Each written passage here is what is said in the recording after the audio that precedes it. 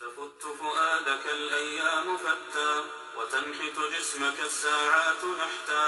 وتدعوك المنون دعاء صدق ألا يا صاحي أنت أريد أنت أراك تحب عرسا ذات خدر أبت طلاقها الأكياس بتا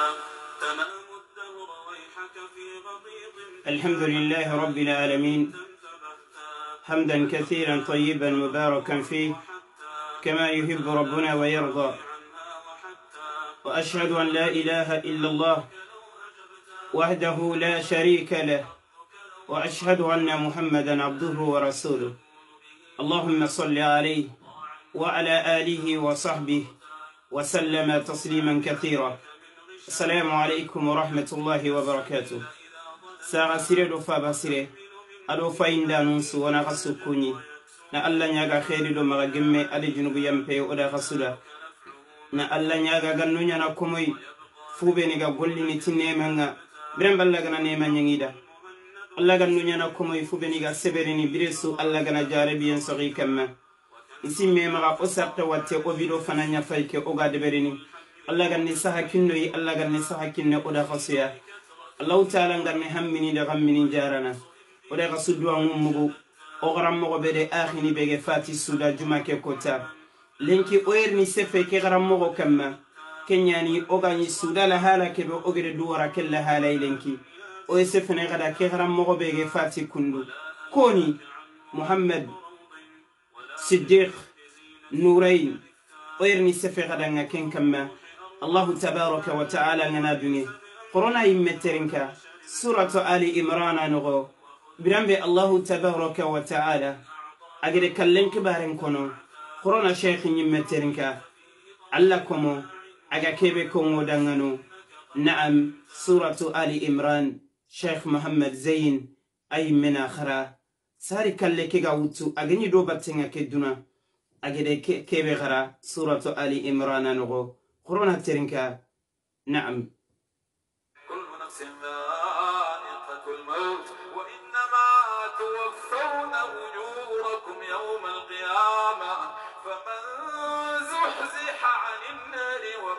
الجنة فقد فاز وما الحياة الدنيا إلا متاع الغرور لتبلون في أموالكم وأنفسكم ولتسمعن من الذين أوتوا الكتاب من قبلكم ومن الذين أشركوا أذى كثيرا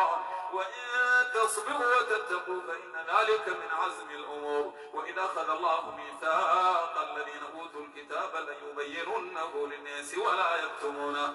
فنبذوه وراء ظهورهم واشتروا به ثمنا قليلا فبئس ما يشترون لا يحسبن الذين يفرحون بما أتوا ويحبون أن يحمدوا بما لم يفعلوا فلا يحسبنهم بمفازة من العذاب ولهم عذاب أليم ولله ملك السماوات والأرض والله على كل شيء قدير. نعم كآية أجي جراخرا كندو سورة آل إمران نغو الله تبارك وتعالى الله قتنو دا يمكن تسوغاي كالك غرغم أن تميا يمكن تسوغاي اللي نسوغوا أنغا كلا كسان كنياني كومبلي أغا جمع أصيا خبرا نياني كومبلي أسرور غنغنينو مسكينة غنتي بنا غنتي سهن تنقبار في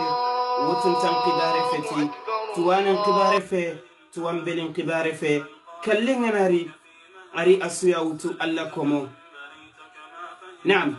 الله كومو كلني كل حالة أغناري كبتي سربي أناري أناموتو أنكن دون نيمي نعم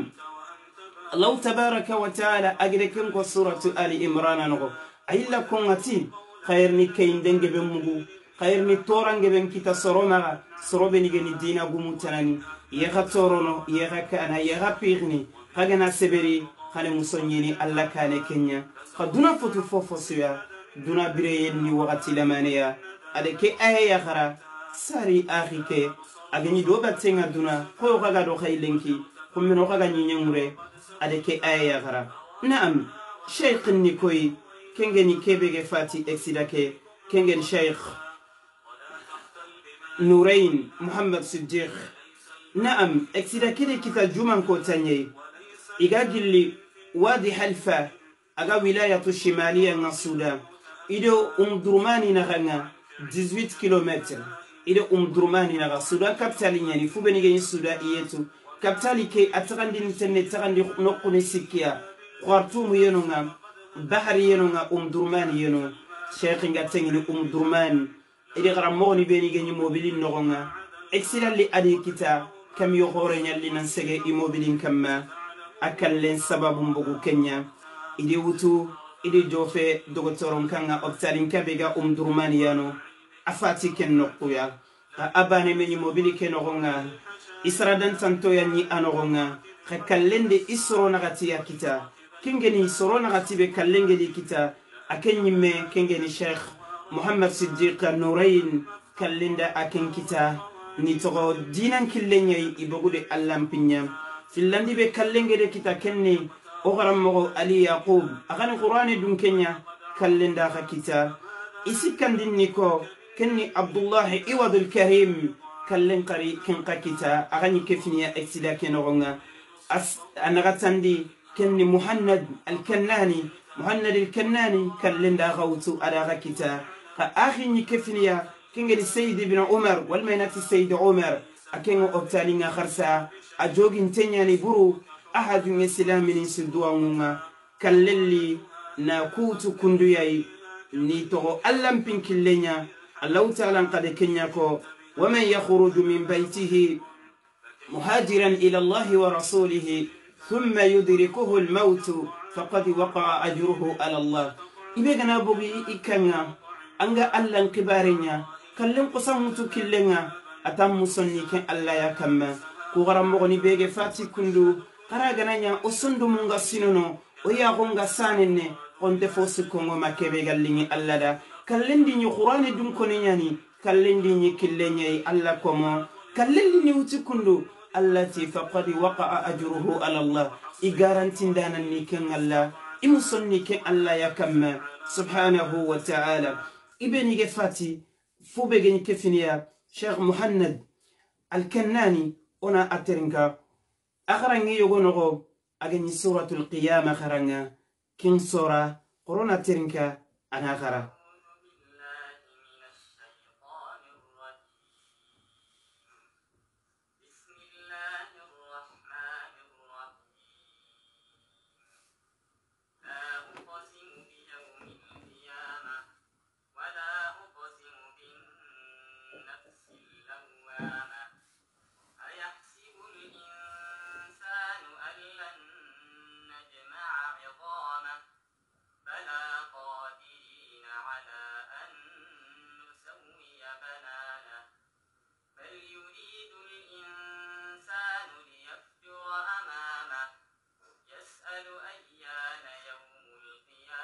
الله أكبر فإذا برق البصر وخسف القمر وجمع الشمس والقمر يقول الإنسان يومئذ أين المفر كلا لا وزر إلى ربك يومئذ المستقر ينبأ الإنسان يومئذ بما قدم وأخر يا حرم من كبارين خنبني angede fosunya odanga kalla ado angede gollu burube togo ankara falle angenya sababu ma golli suru angenyi ni dukane yawmal qiyamah ke ani kallana ke fillandinga kebe ogeti jogi burende kita aye optalinga kengeni sayyid umar aken agani kefiniya walakin aye optalinga sasa ondwa agadanga alla ga nasire bagandini agarangin pai aga garanga عن سورة طه يا خرم فطه يا خرم وما تلك بيمينك يا موسى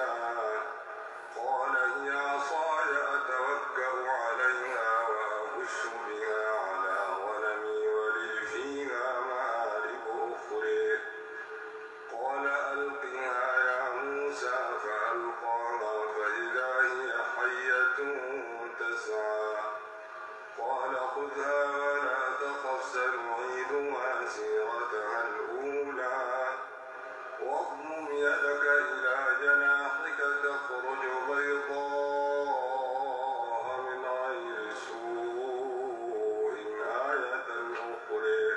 نعم كيني كيبيغني كفنا كلم ما كنتو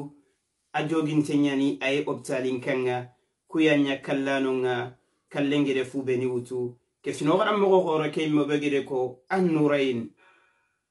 إن في خلق السماوات والأرض واختلاف الليل والنهار لآيات لأولي الألباب الذين يذكرون الله قياما وقعودا وعلى جنوبهم ويتفكرون في خلق السماوات والأرض ربنا ما خلقت هذا باطلا سبحانك فقنا عذاب النار ربنا إنك من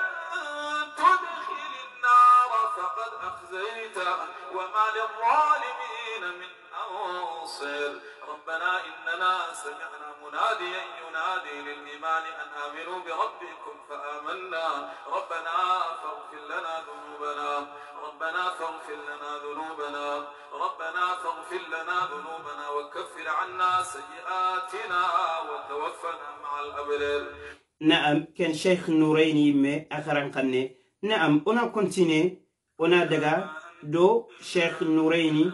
أيوة كوني أنا سفخدنا أيوة أكما الله تبارك وتعالى ngana dungi yo keni kallengeri kita mogobe saranga khebegeni أيوة killenga. نعم birambe igede sheikhin kallenga ngollaga age sanki dimma be nanti sheikhi afati sere gebe i duwa ngunjo fandi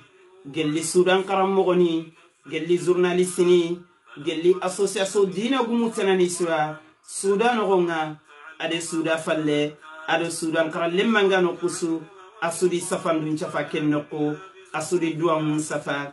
aywa sheikhin kallenga. نعم onari kaptigai koni sheikhinga bawna Allah ta'ala ni qabulu nyangada akharanye kiro no soronga soronde khanu Sheikh Ahmad Tahir Ahmad oharam mogoyani igeni qaburani nga aleko nanti yogo tubi nallo Amerika Islama gunga de sheikhin qaran qanne go ga kharanga gawunu kenya sababu ya akaman tubina alladina mutu adi soroman ne mena fa ikani nogonga iga khide bakka idwati qur'ani Sheikh Muhammad صديق نورين كوني شيخنا شيخ محمد صديق نورين أجي بانجي ريزو بي ريزو كياني ولاية الشمال كردفان أجي بانجي سيني بي 1982 كنجي سيني موجيني أدي كومو كيبي أدي تانشيجي أدي سينو فيلي أغورو تواغون كان نغنيا أغورو دينا كان نغنيا أتقول نيدي روندي قراني قرانينا أدي قراني تنغانا ندوغتي ay meye kongo isefe yogo nogo alla di de mayde qur'ani sutanga sino filli nogonga sheikh de qur'ani tanga kimbire awi nge sino tambide nyeru ade tanga kharammo kitu filli yamaga kengeni hafsi ade duri koyitani khaga muko kharammo ni yogo nagatini annesi aga imalan de berini ay kharammo de berini hafsi de duri angabana qarati duri ay sheikh nga ageni fatini afati tugunna ko nyalimina mbuccine ageni fatini awine tanjike ade sino segi 38 ans afatina win to kenyai alla komo Sheikh Nurain ade Quran tangeyen jopa khala wininga suda khalwani nyanenunga kaga telle Qurani tanga debunga igatagu akanne maga ade tanga mantaqatu bara bi wilayatu shimal kurdifan ade Quran tangeyen jopa kenyai 1996 aro Quran tangi nokunga alla de dema ade Qurani tanga ide ijaza ngeben kinai qira'atuninga aywa gellinonga 2008 ade ijaza kita aywa qira'atuninga min al-azhar kengeni 2008 ya sheikhinga anya almaminga sudan misidu khoren no kenga sudan aywa sagake simme maga serebe ni gedega sudan yenentu afalle asayda sanhori anya miside ngano ado masjidun nur anya miside ngano ade misiru gebe sudan gonga tarawihi ngananya wakati de wakati ayete le salliti misidunga bawna xamne ngallingi sorondanga sheikh lo concours gebe sudan gonga ade suda falle age participer concours ni be suda falle kengeni international ninga Malaisie ade Dubai concours a participer kenga ken concours nogonga international nyani tan cegede jamanu sikki kunyande meñi concours kenogonga ka sheikh ngeri sigira bey ari sigira ka sikkandinya tan cegede jamanu sikki ande meñino anya 3e place nyai kengeni aywa concours begenya aywa Dubai ari Malaysia gallenga 2005 gadi sheikh nyille participene concours ya قرآن كونكور إيغاتني جائزة الملك عبد العزيز في المملكة العربية السعودية أبارتيسيبي كن قاي أرينا ديزمنا كن كونكور غاي كيبغنيا أيوا السعودية 2006 غادي كونكور يوغو دبري ليبي شيخ ندغا بارتيسيبي كن قاي أنيا سرا في اللندنياي كنغا تندومي دي جمانو تومي كنيام بارتيسيبي أنغونغا يوكاليلا وتجومانغا sibitin fejirin palle isalli afuren kamma ayimme ka palle ma ado ayimme khana simme mara seregebe ken qatu kengeni Muhammad Zain aywa kenya salli afuren kamma aywa Sudan gonga sheikhun khoni ade yampe muru be sumara bawni kallella wutu ke wuti mogoya kamma hatta kuyilli aka palle manga kengeni Sheikh Muhammad al-Kannani ke sariga wayasini agatidi duwori mogobe sheikh intalla ganno nyana qur'ani dun koni no keri ken kama kallelli sheikh Muhammad Siddiq Nurayn kallella wutu kewti mogoyai alla komo sudai aywa accident gede kita akapalle mabegano kengen sheikh Muhammad Zain kenya salli afuren kama sasa adega ken qatogo wure ona du dagal mi lemma wuti Sheikh Muhammad Zain agakharangunga bawni Sheikh Muhammad Zain ada Sheikh Nurayn sari kallenga wutu imeni sude video gebe deberi domei ka kallenga nari ariya alla komo soliso sunte kallenga ke anya sheikhinga adaga mo nya kala halayai Allah subhanahu wa ta'ala alla ganyam panamaga najatiginya annabiya Allah ganne kapasila min purunga tiken Allah me kallankaru ado Allah tunkarunga corona Sheikh Muhammad Zain corona agaterinka ayudan tanto naam simme maga seregebe aga muku ayunga ayugoni medanga Sheikh Muhammad Zain ayam pati ay soro goni danga Muhammad Zain aga kefinia aya kente kefinia akapalle manyani isune garan kitibani ay ona agaterinka Sheikh Muhammad Zain Sudani ningeni Allah komo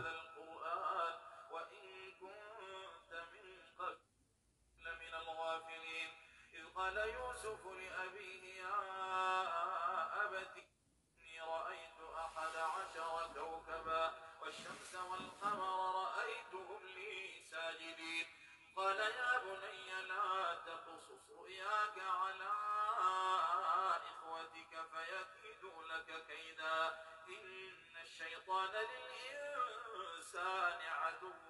مبين كان تلا كما كينغني شيخ محمد زين أكينغ السودان غنغا إيكو بنياني غارنغا أغرامغو غورونغنو شيخ صالح أغارنغا كغران كتا رواية الدوري أغرامغو تناينونغا شيخ محمد عبد الكريم أغاي السودانونغا ولكن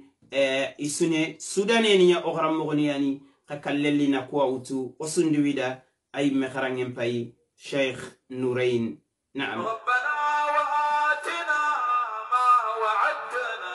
على رسلك ولا تخزنا يوم القيامة آمين. إنك لا تخلف الميعاد فاستجاب لهم ربهم أني لا أضيع عمل عامل منكم من ذكر أو أنثى بعضكم من بعض فالذين هاجروا وأخرجوا من ديرهم وأوذوا في سبيلي وقاتلوا وقتلوا لأكفرن عنهم سيئاتهم ولأدخلنهم جنات تجري من تحتها الأنهار ثوابا من عند الله والله عنده حسن الثواب لا يغرنك تقلب الذين كفروا في البلاد متاع قليل ثم مأواهم جهنم وبئس المهاد لكن الذين اتقوا